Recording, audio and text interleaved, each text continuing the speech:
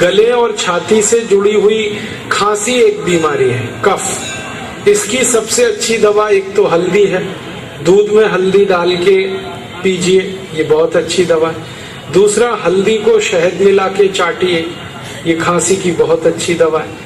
हल्दी, शहद और उसमें थोड़ा सा अदरक का रस मिला दीजिए, बहुत अच्छी खांसी की दवा है। आधा चम्मच हल्दी, आधा चम्मच अदरक, अदरक माने अदरक का रस, और आधा चम्मच शहद, ऐसे बना दीजिए और दीजिए, बहुत जल्दी खांसी ठीक हो जाए।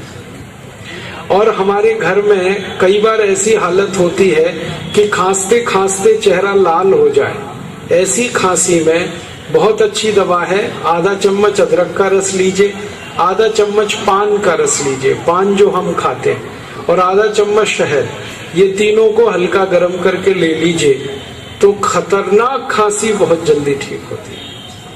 बहुत खराब खांसी, वूपिंग कफ जिसको कहते हैं, वो तुरंत ठीक हो जाता है।